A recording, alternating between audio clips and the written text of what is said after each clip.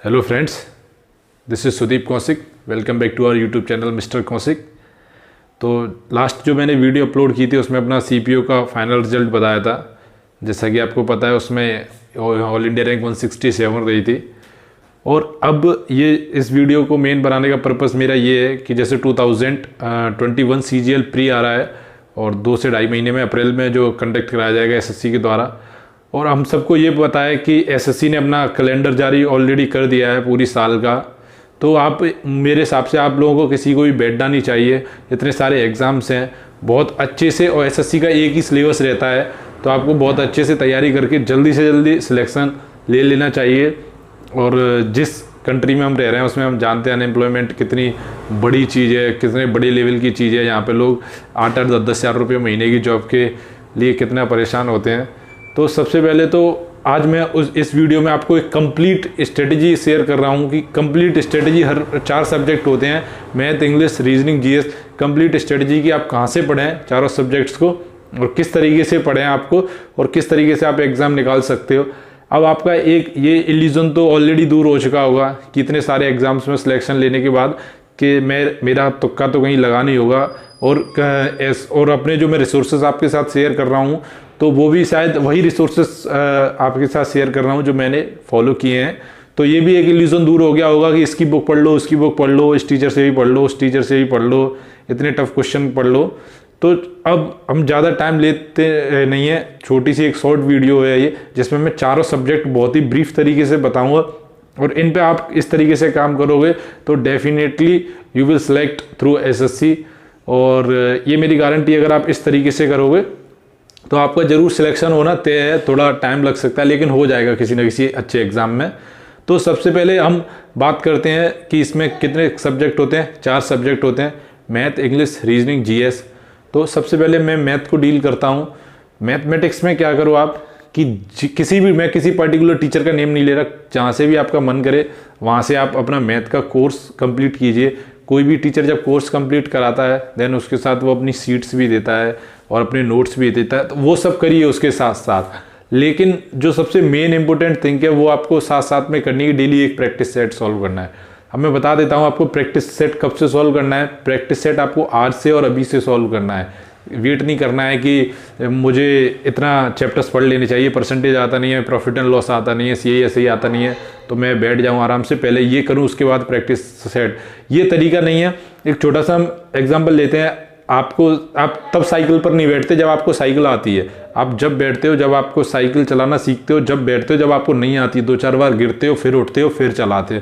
तो ये एक छोटा सा एग्जाम्पल है लेकिन ये यूनिवर्सल फैक्ट है कि आपको वो चीज़ तभी आएगी जब जिस चीज़ में जितना रगड़ा लगाओगे। तो एक माइंड ऐसी चीज़ है कि माइंड हर चीज़ को तुम जितना सेफ करोगे और जितना सेफ रखोगे वो उतनी मतलब अच्छी होती चली जाएगी। लेकिन माइंड को जितना रगड़ा लगेगा, जितना घिसोगे इसे, उतना ही ज़्यादा शार्प होता चला जाएगा, उतना ही ज़्यादा एकदम माइंड की पर्सपेक्टिविटी बढ़ती चली जाएगी। ये मेरा अपना मानना नहीं है, ये सबका मानना यही है और सबके साथ यही होता है। तो ये मैथ का है कि आप किसी भी टीचर से पढ़ लो, जहाँ से भी आपको नोट्स करने, डेली अभी से प्रैक्टिस सेट सॉल्व करें। कोई बात नहीं है, क्वेश्चन पढ़ा, आंसर नहीं आया तो आप आंसर के थ्रू जा सकते हो। आंसर के थ्रू देखो, आपका क्वेश्चन जरूर मैच करेगा, फिर उसके बाद उसे कहीं नोटबुक में लिख लो। लेकिन प्रीवियस ईयर जरूर सॉल्व करें, 2018, 19, 20। और वीडियो की इंपॉर्टेंस मैं बता देता हूँ। लास्ट वीडियो में मैंने अपनी PDF शेयर की थी, तो उस PDFs में आपको इंपॉर्टेंस समझ में आ गई होगी। जिसने मेंस दिया होगा तो एग्जैक्ट 2018-19 एग्जैक्ट उन PDF से क्वेश्चन आए हैं वहाँ पे, ये 2020 के मेंस में। तो यही बहुत ज़्यादा इंपॉर्टेंस होती है। जो कैलकुलेटिव कहते हैं, जब वो मेंस की प्रैक्टिस करके जाते हैं तो उन्हें वो कैलकुलेटिव नहीं लगता। तो मैथ के लिए तो एक शॉर्ट यही है कि किसी भी टीचर से करो, कोर्स करो, देन उसके बाद उसके क्वेश्चन लगाओ, उसके बाद प्रीवियस ईयर लगाओ, उसके बाद कुछ करने की जरूरत नहीं है। बुक्स किसी की लेने की जरूरत नहीं है। लेनी है तो एक किरण पब्लिकेशन की बुक ले लो जिसमें प्रीवियस ईयर पेपर है फिलहाल, क्योंकि प्री आने वाला है 2 से ढाई महीने में। इसके बाद हम चलते हैं मैथ इंग्लिश पर। तो ऑलरेडी, और मैं ये सब डिटेल में ऑलरेडी मेंस लेवल की अलग अलग तरीके से, और अगर किसी को ज़्यादा बल्क में पढ़ना है तो कौन कौन सी बुक्स पढ़नी चाहिए वो मैं आपके साथ शेयर कर चुका हूँ। अब बात करते हैं हम इंग्लिश की। तो इंग्लिश में सबसे ज़्यादा वाइटल रोल प्ले करती है वोकैब पर ध्यान दें। अब इंग्लिश में आपको क्या करना है, किसी भी टीचर के नोट्स पढ़ लो, चाहे रूल्स पढ़ लो या ना पढ़ो, कुछ भी मत करो इंग्लिश में, सिर्फ और सिर्फ MB पब्लिकेशन कर लो। जितनी बार कर सकते हो आप, 1 बार, 4 बार, 6 बार, 10 बार, जितनी बार मन करे आपको MB पब्लिकेशन को। अगर आपने वैसे किसी ने MB पब्लिकेशन रट ली तो SSC की इंग्लिश तो कहीं दिक्कत नहीं आनी है। पूरी बुक है, उसमें सब चीज़ है। अब आप कहोगे क्या चीज़ नहीं है उसमें? सारे ग्रामर के रूल्स हैं। स्टार्टिंग में देखोगे आप एडवर्ब, एडजेक्टिव, प्रोनाउन, वर्ब, सब चीज़ है, सबके रूल्स हैं। देन उसके बाद वोकैब भी है, वन वर्ड सब्स्टिट्यूशन भी है, ईडियम फ्रेजेस भी है, पैसेज प्रैक्टिस भी है, PQRS भी है, और फिलअप्स भी हैं, और सेंटेंस इंप्रूवमेंट भी है। सब कुछ है MB पब्लिकेशन में। तो आप डेली 2 पेपर करें MB पब्लिकेशन के, और उसमें कंप्लीट करें। पूरी MB पब्लिकेशन ही बुक है, उसमें 2.5 से 3 से पेपर है। वो अगर 7 से 8 बार तो आपको बनाने ही बनाने हैं। मैथ हो गया, इंग्लिश हो गई। अब उसके बाद रीजनिंग के बारे में शेयर करते हैं। रीजनिंग की मैंने अभी तक कोई स्ट्रेटजी नहीं डाली, लेकिन इस वीडियो के दौरान मैं थोड़ा सा बता देता हूँ रीजनिंग के बारे में कि क्या बेस्ट अप्रोच है रीजनिंग को डील करने की।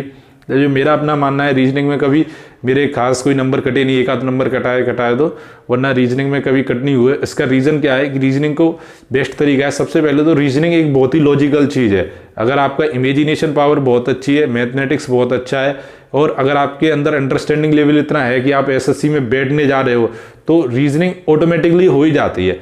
लेकिन मेन रीज़न जो आता है बीच में, वो ऑब्स्टेकल आता है, वो है आपका टाइम मैनेजमेंट। रीजनिंग में टाइम बहुत ज़्यादा लगता है, तो उसके लिए सिंपल सी चीज़ है, जितने भी प्रीवियस ईयर पेपर हैं सब उठाओ, सबकी रीजनिंग सॉल्व करो। और हर रीजनिंग के चैप्टर में एक शॉर्ट फॉर्मेट्स है, वो क्या करो आप यूट्यूब से, जैसे आपको कोई भी चैप्टर उठाया, आपने सिलोजिज्म उठाया, एनालॉजीज उठाई, तो आप यहाँ से चैप्टर देखो, यूट्यूब पे जाके कोई भी वीडियो देख लो, देन उसके बाद प्रीवियस ईयर प्रैक्टिस करो। अब जैसे कुछ क्वेश्चन तो ऐसे आते हैं, पेपर फोल्डिंग वाले क्वेश्चन आते हैं, मिरर इमेज, वाटर इमेज, ये सब क्वेश्चन हुए, सीरीज के क्वेश्चन हुए, बहुत इजी सिंपल क्वेश्चन होते हैं। इन्हें तो आप बहुत जल्दी सॉल्व कर सकते हो। और सॉल्व जल्दी जब होंगे, सिर्फ प्रीवियस ईयर प्रैक्टिस करें। रीजनिंग के लिए किसी टीचर से पढ़ने की जरूरत नहीं है, कुछ मत करो, प्रीवियस ईयर प्रैक्टिस करो, देन उनके सॉल्यूशन देखो। मैंने कभी किसी टीचर वीचर से रीजनिंग नहीं पढ़ी, यही तरीका है। कभी किसी के मार्क्स भी नहीं कटते, जो मैथ कर लेता है वो रीजनिंग भी कर लेता है। तो अब रीजनिंग से आगे बढ़ते हैं। तो रीजनिंग का मेन फंडा यही रखना कि ज़्यादा से ज़्यादा, अप्रैल में एग्जाम है आपका, तो डेली ट्राई करो 1 पेपर रीजनिंग का आपको बनाना ही बनाना है। अब लास्ट हम चलते हैं GS में। GS का ऐसा मानना है कि आजकल ज़्यादातर स्कोर कम रहता है, वो GS में रहता है। तो इसके पीछे सबसे मेन रीज़न है कि जो SSC का पैटर्न, पहले SSC पैटर्न फॉलो करती थी, 1 लाइनर क्वेश्चंस देती थी, आप आराम से उसमें पढ़ते थे ल्यूसेंट में, और उसके बाद देन अच्छे से क्वालिफाई कर लेते थे। लेकिन आज के टाइम क्या है, SSC इतनी एक्स्ट्रा ऑर्डिनरी चीज़ें पूछने लगी है, जैसे UPSC में भी नहीं आती कहीं कभार, तो ऐसी चीज़ें भी पूछ लेती है, बहुत छोटे छोटे। तो GS कई बार ये भी मानना होता है कि लक बेस है। मेरा तो कुछ मानना नहीं है GS के बारे में, कभी इतना स्कोर रहा नहीं खास। CDS क्लियर किया है मैंने 5 से 6 बार। तो CDS में क्या है, एक GS का पैटर्न है एक अलग। एक GS अगर आपको जो रियल चैप्टर्स आते हैं, अच्छे से आते हैं, जो सिलेबस है वो कवर करोगे, तो आप CDS क्लियर कर लोगे। लेकिन SSC का कुछ अता पता नहीं है, कहीं से भी पूछ ले, किसी राज्य के अंदर डिस्ट्रिक्ट का डांस पूछ ले, कुछ भी पूछ ले, तो SSC के अंदर GS का कुछ अता पता नहीं है। लेकिन फिर भी उसके अलावा आपको करनी है तो कुछ सिलेक्टेड चीज़ें होती हैं, जैसे उस साल के सबसे मेन है करंट अफेयर्स, जो कि अब 8 से 10 क्वेश्चन आने लगे। तो करंट अफेयर्स पर आप ध्यान दे सकते हो। हर महीने प्रतियोगिता दर्पण मैगजीन ले लो। अगर आप अब तो ले नहीं सकते हो, 2 से ढाई महीने रह गए एग्जाम में, तो क्या करो 2021 की पूरी स्पीड ही उठा लो। देन उसके बाद ये 4 महीने, ये 12 से 4 16 महीने से ज़्यादा ही करंट अफेयर पूछी नहीं जाएगी उसमें। उसके अलावा फैक्चुअल क्वेश्चन आपको करने, तो हिंदी वालों के लिए घटना चक्र, वहाँ से प्रैक्टिस करें।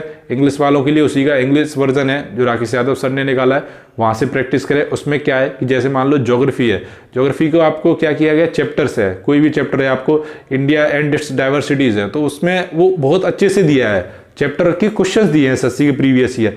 तो मेन कुल मिला के ये है कि अगर ओवरऑल आपको चीज़ें समराइज करके दी जाएं, तो उनका मतलब यही है सिर्फ कि आप सिंपल वे में प्रीवियस ईयर जितने प्रैक्टिस कर लोगे, जितने पेपर प्रैक्टिस कर लोगे, हर एग्जाम का सिंपल फंडा यही होता है कि सिलेबस पढ़ के, किताबें पढ़ के कोई क्लियर नहीं करता। जो उस सेम फॉर्मेट से रूबरू होता रहता है, हर दिन रूबरू हो रहा है, उसे पता है कैसा क्वेश्चन टैकल करना है, उसके माइंड में इतनी सारी वेरिएशंस हैं कि एक क्वेश्चन के बाद दूसरा कैसा भी क्वेश्चन आए तो वो तुरंत कैच कर सकता है। तो ये एक बेस्ट अप्रोच है। अब लास्ट में बस सिर्फ इतना बताना चाहूँगा, ये प्री की 2 से ढाई महीने रह गए, उसका तैयारी करने का यही तरीका है। एक पेपर तो डेली करना है जिसमें चारों सब्जेक्ट हों, देन उसके अलावा किसी भी टीचर से कोई भी टॉपिक पढ़ें, उसके प्रीवियस ईयर लगाएं सिर्फ और सिर्फ, यही एक बेस्ट तरीका है। इंग्लिश में MB पब्लिकेशन को बिल्कुल नेग्लेक्ट ना करें। MB पब्लिकेशन नेग्लेक्ट कर दोगे तो कभी सिलेक्शन नहीं होगा इंग्लिश में। देन उसके बाद मैथ का बता ही चुका हूँ मैं। रीजनिंग के बारे में प्रीवियस ईयर प्रैक्टिस करें, जीएस हिंदी वाले घटना चक्र ले लें, इंग्लिश वाले उसका इंग्लिश वर्जन ले लें, और 16 महीने के करंट अफेयर्स डालें, उससे बाहर नहीं जाएगा। लास्ट चीज़ ये मैं बताना चाहूँगा कि मैंने क्लासेस के बारे में अपनी वीडियो अपलोड की थी, आप सबने देखा था, तो उसमें सिर्फ लास्ट में आपको मैक्सिमम 2 से 3 दिन और चाहिए। जैसे ही मैं अभी ऑफिस में भी काम कर रहा हूँ डिफेंस मिनिस्ट्री में, तो वहाँ भी अपना थोड़ा देखना पड़ता है, ऑफिस भी जाना होता है और भी बहुत सारे काम रहते हैं, लेकिन मैं मंडे सैटरडे इतनी क्लासेस रिकॉर्ड कर दिया करूँगा। क्वेश्चंस फॉर्मेट इतने अच्छे क्वेश्चंस फॉर्मेट, बोर्ड वगैरह सब सेटअप कर लिया है, तो फिलहाल मैं इतने रिकॉर्ड करके आपको हर हफ्ते डालता रहूँगा, और एक हफ्ते में 8 से 10 वीडियो क्लासेस की डालता रहूँगा, तो वो आप मिस ना करें। इसीलिए मेरे साथ ज़्यादा से ज़्यादा लोग जुड़ने की कोशिश करें। मैं कुछ एक अलग इनिशिएटिव करने की सोच रहा हूँ, सिर्फ इतना कि आपको मैथमेटिक्स में कहीं पे भी दिक्कत हो, मैंने इतनी बार कैसे स्कोर पूरा से पूरा अटेंड किया है, तो मैथमेटिक्स में कहीं से भी दिक्कत हो, या मेरे पास जो भी कंटेंट है जिस भी तरीके से मैं डिलीवर कर सकता हूँ आप तक डिलीवर करने की कोशिश ज़रूर करूँगा। Then stay connected with me and thank you so much for this support. Thank you.